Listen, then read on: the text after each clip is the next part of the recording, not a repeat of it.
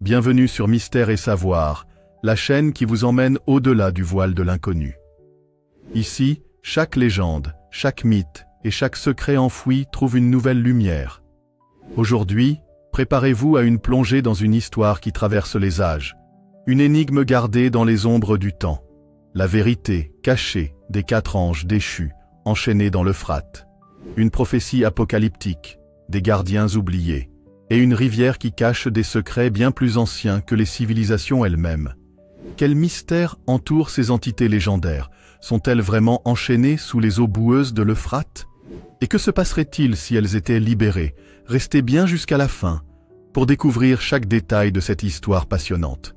Et si vous aimez explorer l'inexplicable, pensez à vous abonner, à activer la cloche pour ne manquer aucune révélation. Et bien sûr, laissez un pouce bleu pour soutenir le contenu. Le vent chaud du désert soufflait doucement sur les rives asséchées de l'Euphrate, transportant avec lui des grains de sable et des murmures étranges. Cette rivière, autrefois majestueuse, décrite dans les textes sacrés comme une source de vie pour les civilisations anciennes, semblait aujourd'hui porter le poids d'un mystère millénaire. Peu de gens connaissaient l'histoire des 4 anges déchus qui, selon certaines prophéties occultes, étaient enchaînés sous les eaux de l'Euphrate, attendant leur heure de libération. La légende remontait à des âges immémoriaux. On disait que ces anges, jadis éblouissants serviteurs du divin, avaient été corrompus par leur soif de pouvoir et leur désir de révéler aux hommes des secrets interdits. Leur rébellion avait provoqué la colère du Créateur, qui les avait condamnés à une éternité de servitude dans les profondeurs sombres de cette rivière mythique. L'histoire commence avec un homme nommé Élias, un archéologue passionné par les textes anciens. Depuis son plus jeune âge, il était fasciné par les mystères du Moyen-Orient. Des tablettes sumériennes au rouleau de la mer Morte, il avait consacré sa vie à la recherche de la vérité cachée derrière les mythes bibliques. Un jour, alors qu'il explorait une bibliothèque oubliée à Bagdad, Élias tomba sur un manuscrit ancien, jauni par le temps. Les symboles gravés sur le parchemin étaient d'une écriture araméenne complexe. Le texte faisait allusion à 4 entités puissantes liées par des chaînes mystiques sous l'Euphrate. Une phrase, en particulier, retint son attention. Lorsque les eaux de l'Euphrate s'assécheront, les gardiens endormis s'éveilleront, et avec eux viendra la fin de l'âge des hommes. Le cœur d'Élias s'accéléra. La rivière Euphrate était effectivement en train de s'assécher depuis plusieurs années en raison du changement climatique et de la surexploitation des ressources hydrauliques. Cette coïncidence était troublante. Intrigué, Élias décida de partir pour la région. Il savait que les autorités locales seraient réticentes à laisser un étranger fouiller près de la rivière. Mais sa détermination était inébranlable. Lorsqu'il arriva sur place, il fut frappé par le paysage désolé. Des lits de sable craquelés remplaçaient les eaux jadis tumultueuses. Les habitants racontaient des histoires étranges, des sons lugubres semblant provenir du sol, des ombres mouvantes aperçues à la tombée de la nuit. Élias engagea un guide local nommé Karim, un vieil homme qui connaissait chaque recoin de la région.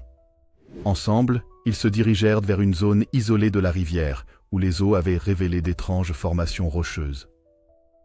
Élias sentit une énergie palpable dans l'air, comme si le temps lui-même était suspendu.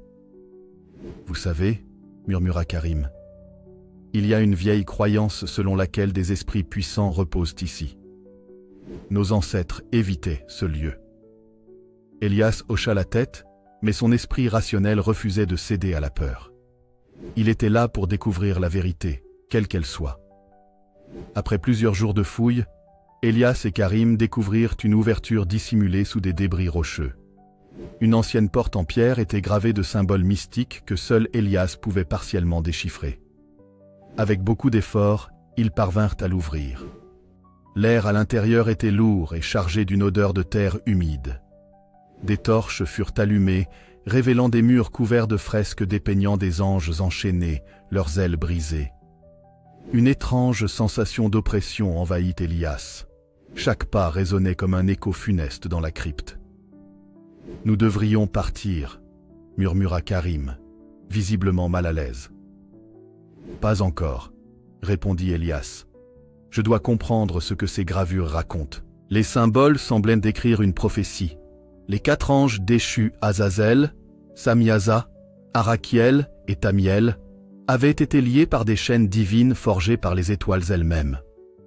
Ils étaient condamnés à rester prisonniers jusqu'à ce que les étoiles se réalignent et que les eaux de l'Euphrate disparaissent. Élias frissonna. Tout semblait correspondre à ce qui se passait actuellement. Alors qu'Élias continuait à déchiffrer les symboles, un tremblement secoua soudainement la crypte. Des pierres tombèrent du plafond, et Karim cria de peur. « Nous devons partir maintenant !» hurla-t-il. Élias, bien que réticent, acquiesça. Ils se précipitèrent vers la sortie, juste avant que l'entrée de la crypte ne s'effondre derrière eux dans un fracas assourdissant. « C'était quoi ça ?» demanda Karim, le souffle court. « Je ne sais pas, mais quelque chose me dit que nous venons de déranger une puissance ancienne. » Cette nuit-là, Élias ne parvint pas à fermer l'œil. Les images des fresques hantèrent son esprit, tout comme la prophétie qui annonçait la fin de l'âge des hommes. Et s'il avait libéré une force qui aurait dû rester enfouie? Au loin, l'Euphrate continuait de s'assécher, comme si la terre elle-même retenait son souffle face à l'éveil imminent des anges déchus. Le soleil se levait à peine sur les rives de l'Euphrate, teintant le ciel de nuances sanglantes. Élias, encore sous le choc des événements de la veille, était assis près du feu de camp, les yeux fixés sur les flammes vacillantes. Karim, silencieux, préparait du café noir dans une vieille cafetière en fer. « Tu aurais dû m'écouter, Élias, » dit Karim d'une voix grave. « Ce lieu est maudit. Nous n'aurions jamais dû ouvrir cette crypte. » Élias passa une main nerveuse dans ses cheveux désordonnés. « Je sais, Karim, mais nous ne pouvons pas reculer maintenant. Ce que nous avons découvert est extraordinaire. Ces fresques, cette prophétie. Tout cela pourrait réécrire l'histoire.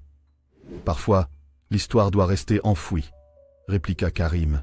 « Il y a des choses que les hommes ne sont pas censés déterrer. » Élias ouvrit son carnet de notes, où il avait soigneusement esquissé les symboles aperçus sur les murs de la crypte. Chaque dessin semblait vibrer d'une énergie mystique, comme si les gravures elles-mêmes étaient vivantes. « Regarde ceci », dit-il en pointant une séquence particulièrement complexe de symboles.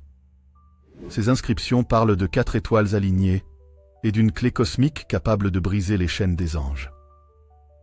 Karim secoua la tête. « Ce ne sont pas juste des symboles, Élias. Ce sont des avertissements. Tu joues avec des forces qui te dépassent. » Alors qu'ils parlaient, un bruit de pas interrompit leur conversation. Un homme grand et vêtu d'une robe blanche ornée de motifs dorés émergea de l'ombre. Son visage était grave, ses yeux d'un bleu perçant semblant scruter l'âme de ceux qu'il regardait. « Élias Carter, » dit-il d'une voix profonde. « Vous êtes allé trop loin. Qui êtes-vous » demanda Élias, sur la défensive. « Mon nom importe peu. Ce qui compte, c'est ce que vous avez réveillé. Les chaînes qui retenaient les anges commencent à se fissurer. Si vous ne corrigez pas votre erreur, le monde entier en paiera le prix. » Élias fronça les sourcils. « Comment savez-vous tout cela » L'homme esquissa un sourire triste. « Disons simplement que je veille sur l'équilibre entre les mondes. Suivez-moi. » Malgré les protestations de Karim, Élias se leva et suivit l'étrange personnage. Ils marchèrent en silence jusqu'à une clairière où une ancienne structure de pierre se dressait, entourée de colonnes brisées.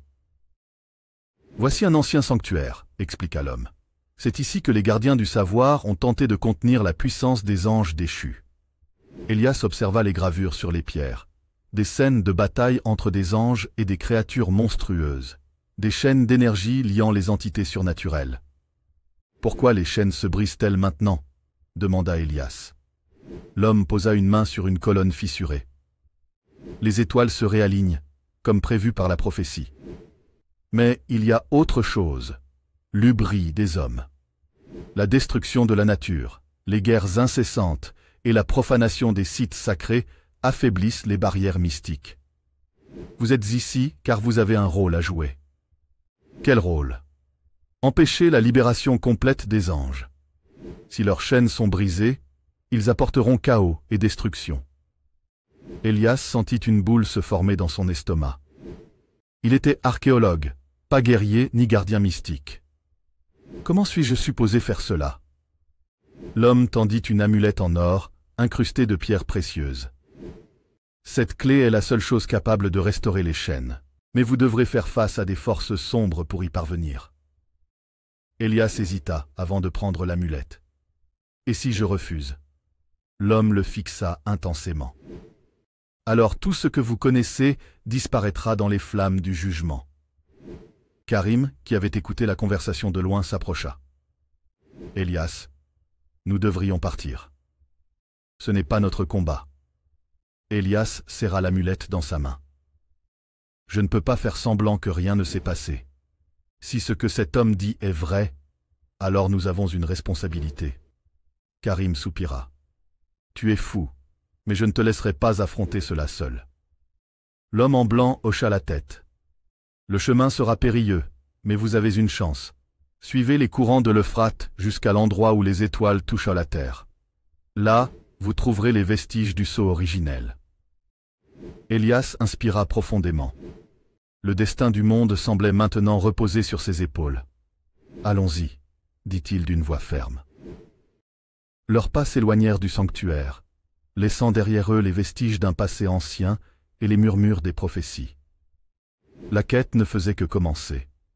Le courant de l'Euphrate coulait silencieusement sous un ciel de plomb.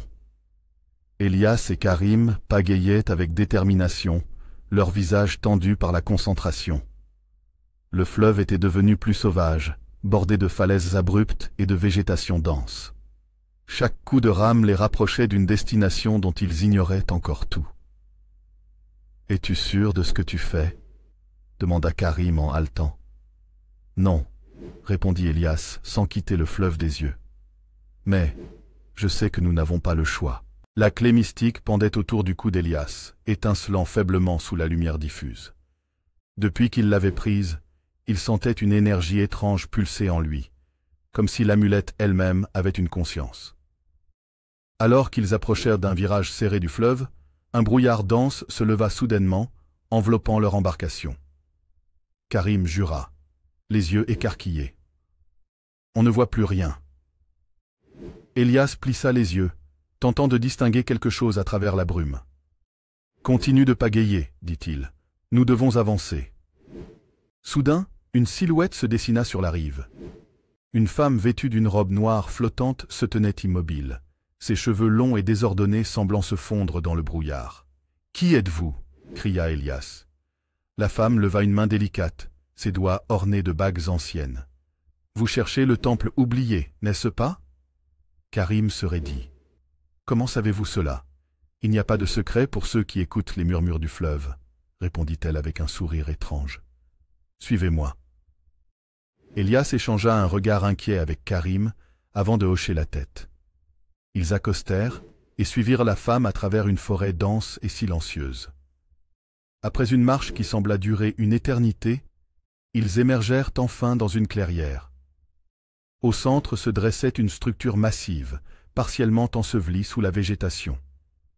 Des colonnes sculptées d'étranges symboles s'élevaient vers le ciel. « Le temple oublié », murmura Élias, abasourdi. La femme se tourna vers eux. « Ici se trouve le cœur de votre quête, mais soyez prévenus, ceux qui entrent ne ressortent jamais indemnes. » Sans attendre une réponse, elle disparut dans le brouillard. Karim frissonna. « C'est une folie, Élias. Nous devrions repartir. »« Pas avant d'avoir trouvé ce que nous cherchons, » répondit fermement Élias. Ils avancèrent prudemment vers l'entrée du temple. Une lourde porte de pierre, gravée de runes étranges, se dressait devant eux. Élias posa la clé mystique contre la porte. Une lueur vive jaillit, et un grondement sourd résonna. La porte s'ouvrit lentement, révélant un escalier descendant dans les ténèbres. « Prépare-toi » murmura-t-il à Karim. Ils descendirent en silence, leurs pas résonnant sur la pierre froide. Des torches accrochées au mur s'allumèrent soudainement, projetant des ombres dansantes. « Ce lieu est vivant » murmura Karim. Des murmures indistincts emplirent l'air, comme si des âmes anciennes chuchotaient des secrets interdits. « Reste concentré » dit Élias. Ils atteignirent une vaste salle circulaire. Au centre se trouvait une stèle massive, entouré de 4 statues, représentant des anges enchaînés. « Les 4 anges déchus », murmura Elias. Les chaînes qui les liaient étaient ébréchées, scintillant d'une énergie sombre. « Nous devons renforcer les sceaux, dit-il en brandissant l'amulette. Mais avant qu'il ne puisse agir, une ombre immense émergea des ténèbres. Une créature aux yeux rouges flamboyants et aux ailes déchirées les fixa avec une haine palpable. « Vous n'avez pas votre place ici » gronda-t-elle. Elias sentit son sang se glacer. « Karim, cours !» Mais Karim était paralysé par la peur.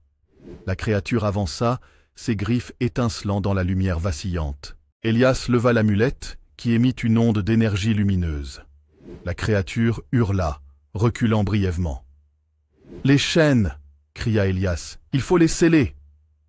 Karim retrouva ses esprits et se dirigea vers la première statue, tandis qu'Elias concentra son énergie sur la stèle centrale. Des symboles étincelèrent, répondant à la puissance de l'amulette. La créature se jeta sur eux, mais une barrière de lumière éclata, la repoussant violemment. « Continue !» hurla Elias. Karim activa les sceaux un à un, chaque chaîne se resserrant autour des anges. L'énergie sombre qui emplissait la salle se dissipa lentement.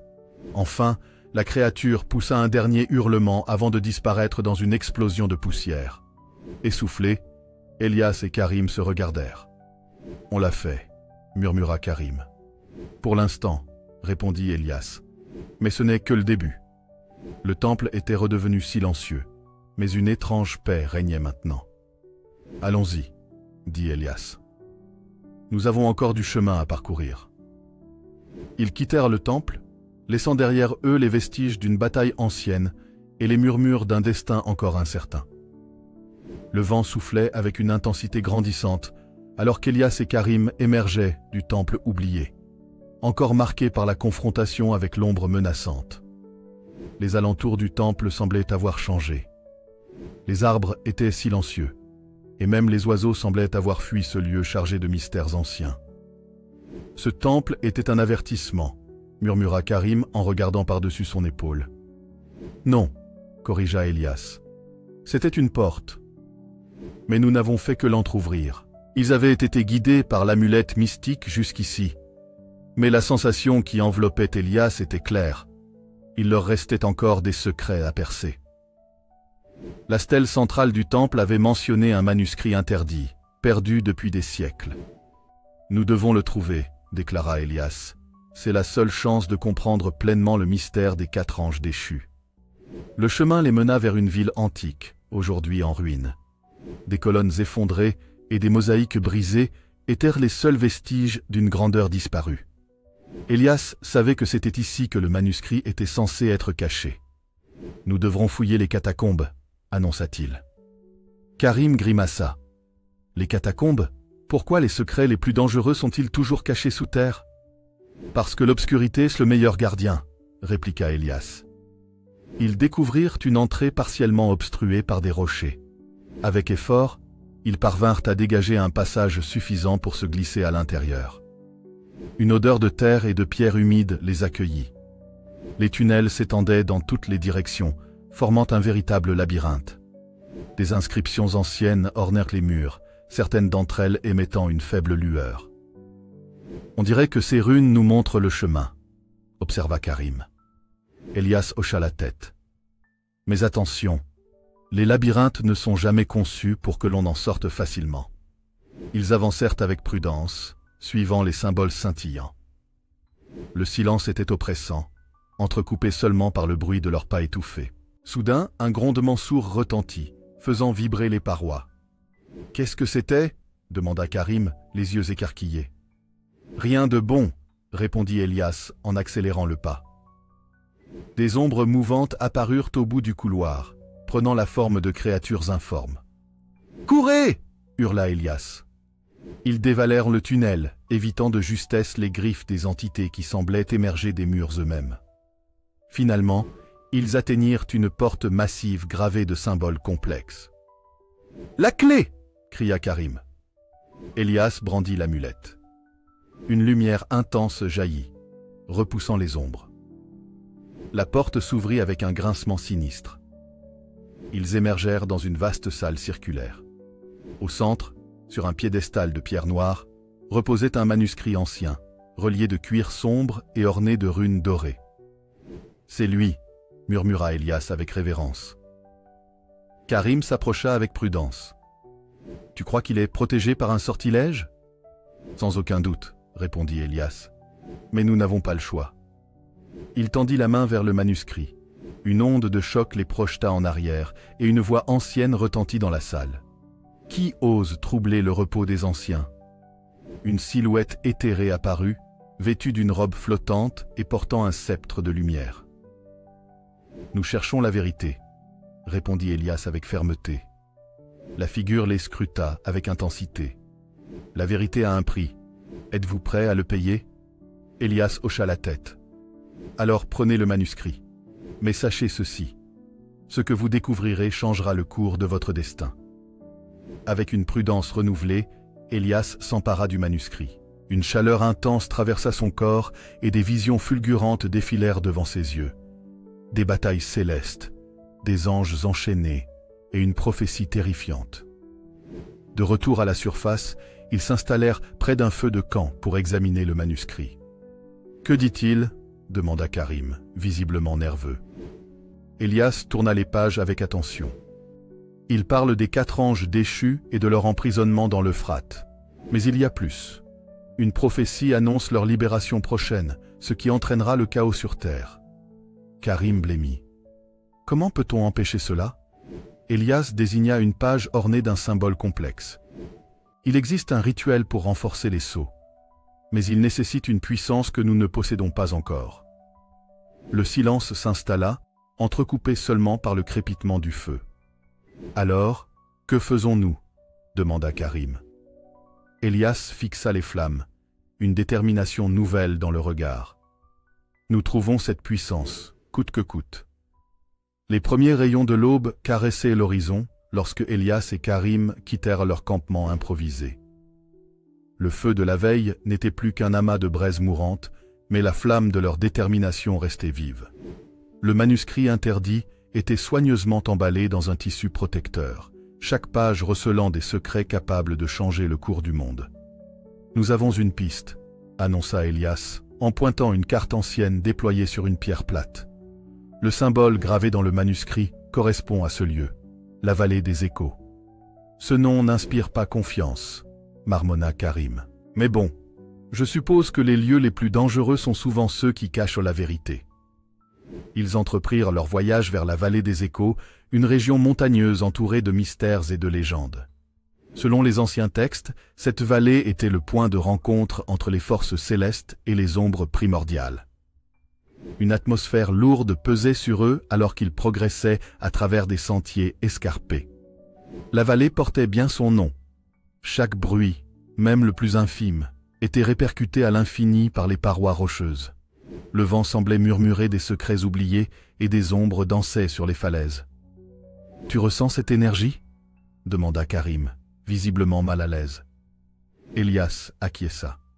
« C'est ici que nous trouverons la clé pour renforcer les sceaux des anges déchus. Mais nous devons rester sur nos gardes. » Ils atteignirent une plateforme naturelle surplombant la vallée. Au centre se dressait un autel ancien, érodé par le temps, mais toujours imprégné d'une aura mystique. « C'est ici que le rituel doit avoir lieu », expliqua Elias en consultant le manuscrit. Elias traça des cercles complexes autour de l'autel avec une poudre sacrée trouvée dans le temple précédent. Chaque ligne brillait d'une lueur dorée une fois tracée. « Prêt ?» demanda-t-il à Karim.